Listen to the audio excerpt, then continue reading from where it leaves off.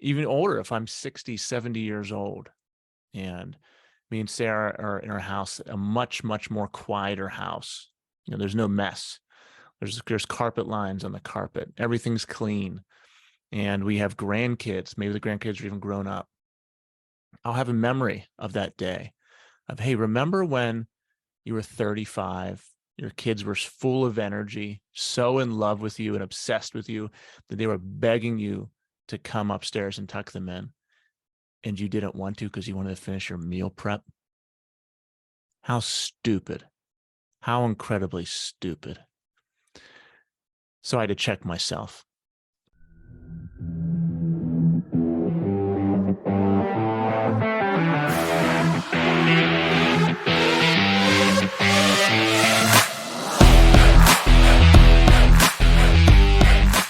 Welcome, everyone. This is the Rising Father Podcast. I'm Chris Rodack. This is going to be a solo podcast, and I'm going to try to start doing these once a week for about 10, 15 minutes if I can. And I'm just going to talk about something that I've been posting about, something I've been thinking about a lot, and it has to do with fatherhood. And that is sometimes we get a little bit frustrated, irritated, annoyed when our kids who love us so much want us to do things that they used to do when they were younger, but now they're getting older. And it's not them who changes, it's us that changes. And this happened to me yesterday, happened to me today, and just different situations. So I'll kind of tell you what happened. So just a small thing, but it made me stop and reflect and try to improve myself in this way. Because, we can improve ourselves with fitness. We can improve ourselves with our marriage. We can improve our finances, our skills. We can improve in so many areas of life. But being a father, the actual relationship we have with our kids is, maybe the most important one that we need to focus on. So I was sitting on the couch and getting some work done. And no, that's a lie. I was in the kitchen getting some work done. Yeah, I was meal prepping. So I was meal prepping for the next day. My wife and I do this every single day. Our fridge is just full of containers, and we've got all our macros planned out. So it takes a while. If you want to meal prep for a couple of days in a row, it does take a while. So I was in the kitchen meal prepping, and I had about 15, 20 more minutes left to go for the next couple of days. And the kids were going up to bed, and they said, "Dad, can you come tuck us in?" And I was like in the middle of it. I was on a roll. My mindset was all about, I just get this done now. So then you can go tuck the kids in, and then you can go hang out with Sarah, and then you can do whatever else you have to do and then go to sleep at the correct time. And when I'm in that zone, I hate to be broken out of the zone. It's my own problem. It's my own issue. I don't like to be distracted. I like to get the job done and then move on to the next thing. So I'm here meal prepping, doing all this stuff. And then, my son's going, "Dad, come up." My daughter, "Dad, come up." And I go, and I say, "Guys, I'll be up soon. Don't worry. I'll be up real soon." Because they're going to be up anyway. They're not the kind of kids who go to sleep and then lights out, they're asleep. They're going to read books. They're going to mess with each other. They're going to jump on each other. It'll be a good 30 minutes before they go to sleep. So I said, "Guys, just hold on. I'll be upstairs real soon. Just let me get this done, and then I can come up." Because for me, if I go up and I'm in the middle of a project, I feel like I'm not present. I feel like I'm thinking about the thing I have to get done. Like I said, it's my own thing I need to work on. I need to quit being such a baby about it. I have to have my routine and structures in place. Like, no, I should be able to be flexible. So they keep on nagging me. And I could feel myself getting annoyed. I could feel myself getting irritated. And that started to upset me. I was getting upset that I was getting upset. If you ever studied any Buddhism, that's not a good thing. You don't want to get upset that you're getting upset. But that's what was happening to me. I wanted to get my job done. My kids kept on saying, "Dad, come up. Why can't you come up now? Come on, Dad." And I was like, "Well, I got to get my job done. I got to get my job done." And then I was like, "Chris, you idiot. You've got a 9-year-old and a 7-year-old at home right now. You're 35. Your kids love you so much that they are begging you to come upstairs and spend time with them. Isn't that a great thing? Isn't that amazing that your kids are begging you to come upstairs and cuddle them, to tuck them in, to spend time with them? Is there ever going to be a time in your life where you're going to want this back.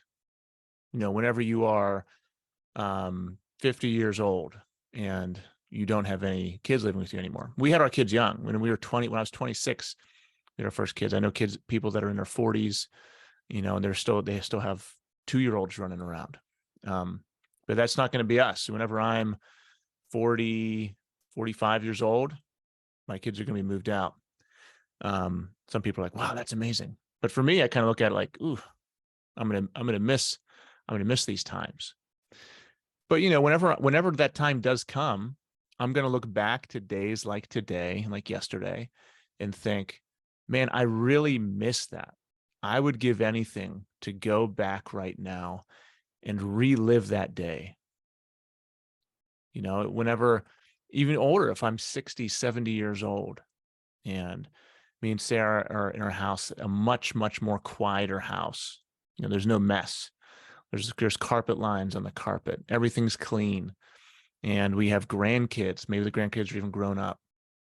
I'll have a memory of that day of, hey, remember when you were 35, your kids were full of energy, so in love with you and obsessed with you that they were begging you to come upstairs and tuck them in, and you didn't want to because you wanted to finish your meal prep? How stupid. How incredibly stupid. So I had to check myself. I said, get real, man. What is important right now? You are not the focus. It's great you're meal prepping. Yay for you.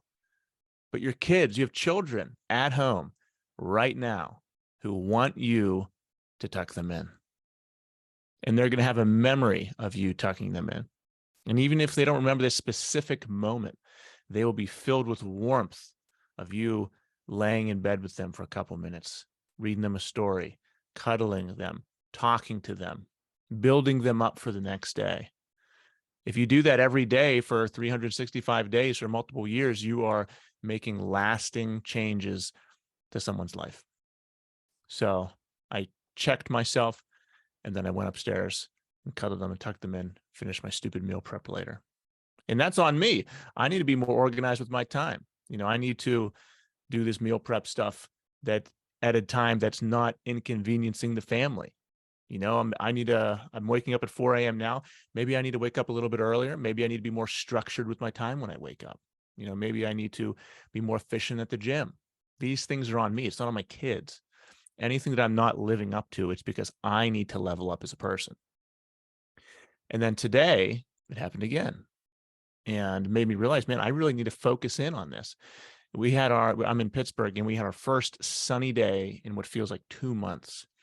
Pittsburgh was rated the cloudiest city in America a couple of years ago. It's not good for your mental health, but it was sunny outside. So I get home from my job a little bit before my kids get home because they're in elementary school, so they stay at school later. So I got home, and then they got home. And then as soon as they got home, I said, we're going to the park. Sunny outside. We haven't been to the park in like a month because it's either freezing cold. It was 15 degrees a couple of days ago, and it's soaking wet, and it's windy. So it was like just horrible conditions. And then finally today it was 50 degrees and sunny, which feels like we're in Malibu. So we went, I grabbed them. We drove to the park, and then we were playing. And my daughter says, Dad, let's play This Is My House. And we're at a park. There's playgrounds and swing sets everywhere. There's kids playing soccer. And I am ready to move. I'm ready to go on the jungle gym. I'm ready to play soccer. I'm ready to run around, play tag. And I'm like, what does that mean? What do you mean this is house? What do you want me to do? And already stupid me, just do the damn thing, man. Shut up, play This Is House, whatever it means. And she's like, I'm the dog and you're the owner. Who knows what that even means? And then she's like, or, you're the dad and I'm the daughter and this is our house. And it was just like playground equipment. I said, okay, let's play This Is House. And I was just like, all right, Lauren, you're the dog. And I patted on the head, and, she ran around. For me, these kind of games are not my favorite. I like moving around. I like wrestling.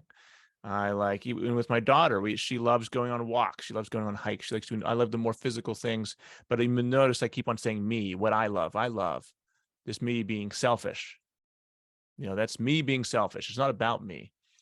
My daughter wants to play This Is House. Get your ass on the ground and play This Is House. And for me, they're very boring games, but that's not the point. The point isn't me being bored with these games. The point is me spending time with my daughter because she wants to spend time with her dad. So I buckled down. I played This Is House. And same battle, though, same as the day before. It was my kids wanting to spend time with me, and me in my head having a battle of, well, I want to do this. Dumb, stupid. Outwardly, I did the right thing. Okay. But we always have these internal battles. And these are small examples, but it's just an example of, hey, don't be selfish. Do what, if you have kids that want to spend time with you and you have the time to do it right now, then do it. Spend time with them. And then we played a little bit more. And then my son, he said, Dad, let's play We Are Dogs. I said, okay, what do these games mean? So I said, what do you want me to do? Like, the ground, it's like wet mulch. It's still 50 degrees. It's not like summer. I said, all right, well, I'm going to play We Are Dogs with you. Because in my head, I was like, all right, I'm going to do this, man. I'm going to be all in on We Are Dogs. He's like, okay, I'm a German Shepherd. What dog are you? I was like, all right, I'm a Doberman Pinscher. And then Lauren said, well, I don't want to play that. So Lauren stopped playing. And then, so I was like, all right, Nathan, we are playing We Are Dogs. What do we do now? He's like, Dad, we're dogs. So like, okay. So I said, all right, well, if we're playing We Are Dogs, then you need to start going around on all fours. Like, don't do this thing to me where you're going to yell at me for not being a dog if you're walking around on two legs. And I said, Lauren, no, you want to play too? She's like, okay. I was like, okay. Well, she was on the monkey bars. I said, no, dogs don't go on monkey bars. If we're going to play We Are Dogs, then you're going to be a dog. So then I said, all right, we got to get on all fours and we got to go around the playground. So we went on our feet and hands and pretended we were dogs. And guess what? Wasn't fun at all. Wasn't fun at all. It was uncomfortable. It was wet. I got messy, got dirty, got muddy, got little cuts in my hands from the mulch. But I got down there and played We Are Dogs because I didn't want to be a hypocrite. I didn't want to be someone who talks about being present and giving everything to your kids and not being willing to do that for my kids. And then we walked to another park that was right next to it. And then they wanted to go on this like spinny thing. So I spun them around. And there were multiple times during this day earlier, where I noticed how many times my kids were asking me to do things with them. It's like within 30 minutes, it was like 30 times they asked me to do something. And I was there with them. And my daughter's on this side, my son's on this side. My daughter said, hey, Dad, can you play this with me? My son says, hey, Dad, play this with me. And I'm like, guys, let's do something together so we can all be together and play the same thing. Like, I don't want to spend time with Lauren and ignore Nathan. And I don't want to spend time with Nathan and ignore Lauren. And I said, let's just do the same thing. So we walked to a stream. We looked at the stream. Nathan almost fell into the stream, which would have been a disaster. We got back out. We went back to the playground and we were able to play a few games together. And they're also at the age where if one of them says they want to do something, the other person automatically says they don't want to do it. Like Nathan will be like, hey, let's play tag. And Lauren will go, no. Or Lauren will say, let's play ice cream shop. That's one of her favorite games, is playing ice cream shop. And Nathan will go, no, I don't want to do that. And, for most of their life, they've loved playing this game, Ice Cream Shop, where we're just at a playground. There's like a bench and I'm the customer. I walk up, I order ice cream and she pretends to make it. She gets like dirt, leaves and mulch in a cup and puts it on it. And I got to pretend I'm eating ice cream. Done it their whole life. And today, Nathan suggested we play that. This is Lauren's game, her favorite game. Nathan suggested we do that. And Lauren said, I'm not playing that. I said, come on, Lauren, I went Rocky Road. Can you give me a Rocky Road ice cream cone? She goes, I don't have Rocky Road. I'm done. So she gets like that sometimes. So she was done playing ice cream shop. And then luckily she cooled down a little bit. and then we just laid on the slides together and looked at the sky. There was a plane flying. Like I said, it was sunny, 50 degrees. The slide was cool and there was a breeze. So we just laid on the slide for about 5 minutes right next to each other, looked at the sky. And that was the best moment. That was the best moment of the park, was whenever we all decided, hey, we're going to do this thing together. And no one said anything. We just looked at the planes flying. And then after that, Nathan was like, hey, you guys ready to go home? Eat dinner? It's like, yeah, let's do it. It's like we had that moment. We all connected. We were all present and everyone was ready to go home. So for me, the lesson is don't ignore or don't forget about the fact that your kids still want you so much right now. Like, don't be in your own head so much that you aren't aware of how much they want and need you.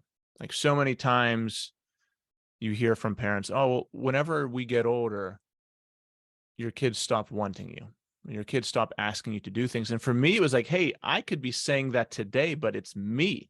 I'm the one who's changing. I'm the one who's saying, no, I don't want to do this with you because I don't feel like doing it.